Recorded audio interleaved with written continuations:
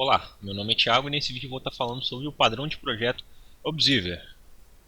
Esse aqui é a capa do livro que eu utilizei para estar fazendo este vídeo. Quem quiser estar procurando aí mais sobre a documentação dele, tá aí a capa para vocês.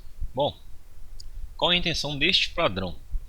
A intenção deste padrão é a seguinte, segundo o livro: definir uma dependência, um para muitos, entre objetos, de maneiras que quando um objeto muda de estado, todos os seus dependentes são notificados e atualizados automaticamente. Ou seja, no Observer você vai ter um objeto. Esse objeto aí vai ter o seu estado aí composto aí por uma série de dados que vão ter nele.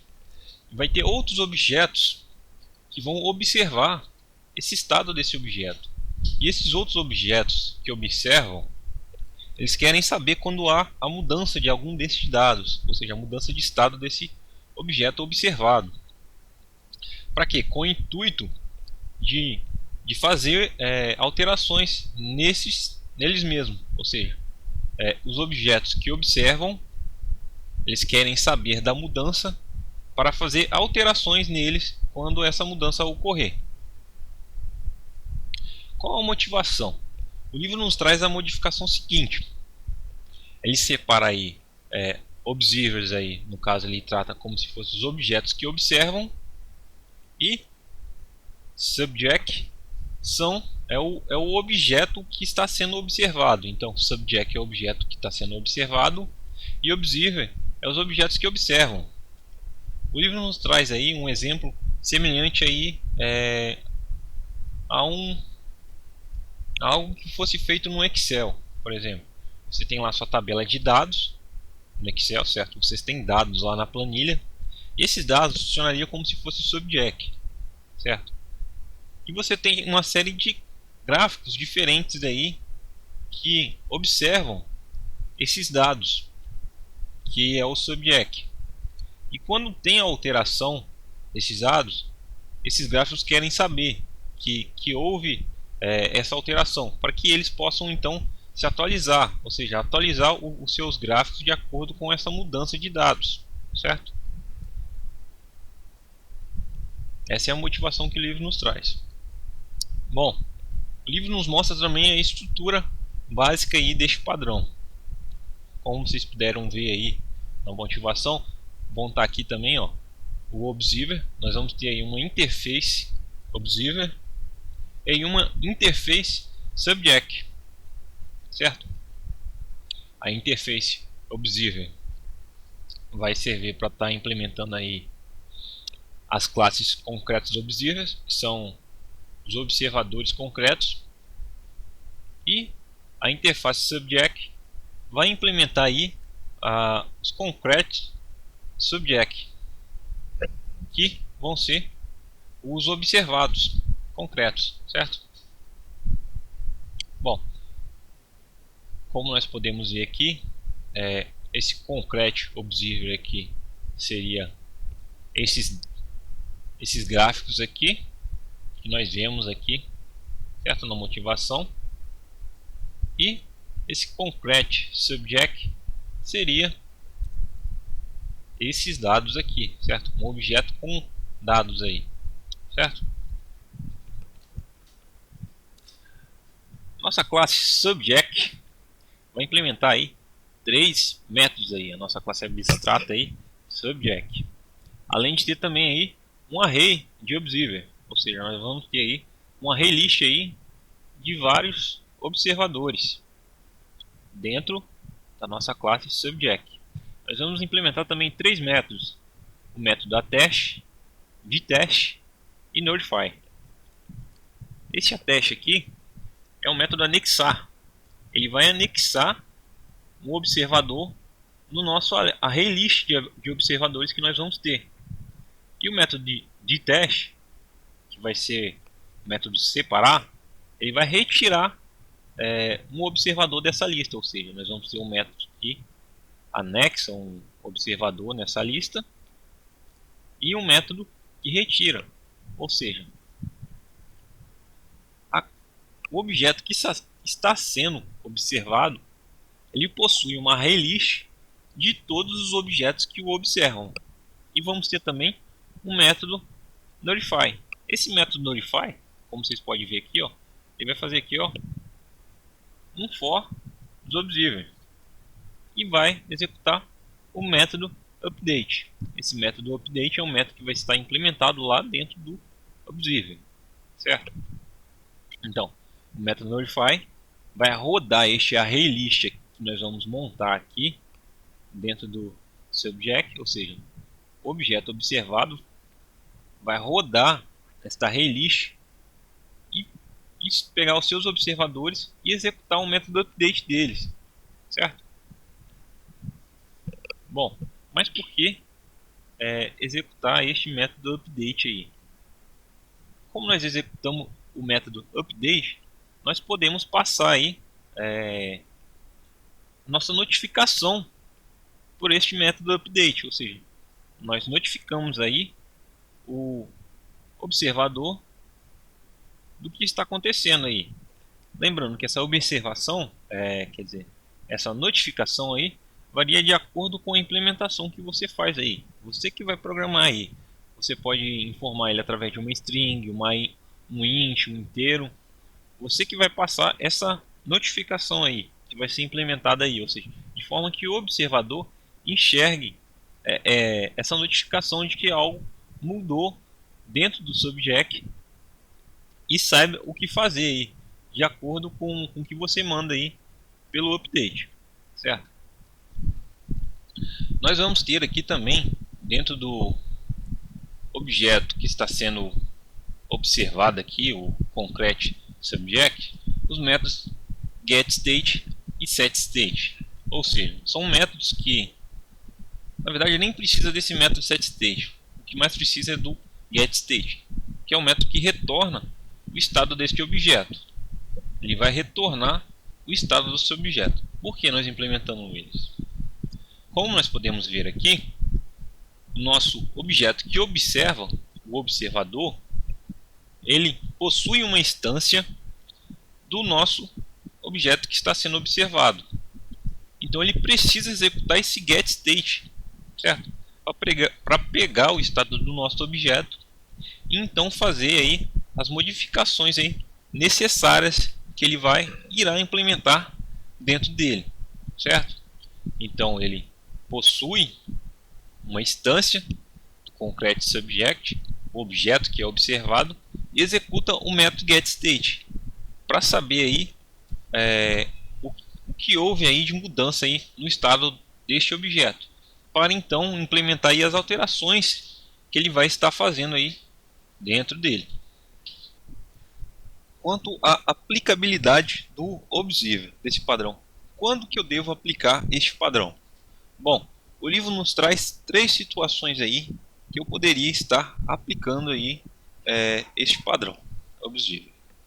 Uma delas é quando nós temos aí 2 aspectos dependentes, ou seja, um aspecto depende do outro, e encapsulamos esses aspectos em objetos separados, permitindo então variá-los e reutilizá-los independentes, ou seja, um aspecto fica no subject e outro aspecto fica no observer. Os dois são dependentes, certo? E podemos variar os dois porque estão em classes que não são fortemente acopladas. Outra situação é quando a mudança de um objeto existe a mudança de outro, que você não sabe quais. Ou seja, nós temos um objeto subject e vários objetos desconhecidos, que são os observadores. E esses observadores exigem saber essa mudança do subject, e você não sabe quem são. Então, você pode estar utilizando aí este padrão para essa situação. Temos também a outra situação, que é quando o objeto quer notificar outro, ou seja, o objeto quer passar uma notificação, sendo que os mesmos não são fortemente acoplados, ou seja, um objeto não tem conhecimento suficiente do outro para estar notificando ele, ou seja, eles são fracamente acoplados. Bom, quais são as consequências de se estar utilizando este padrão observer? O livro nos traz aí 3 consequências.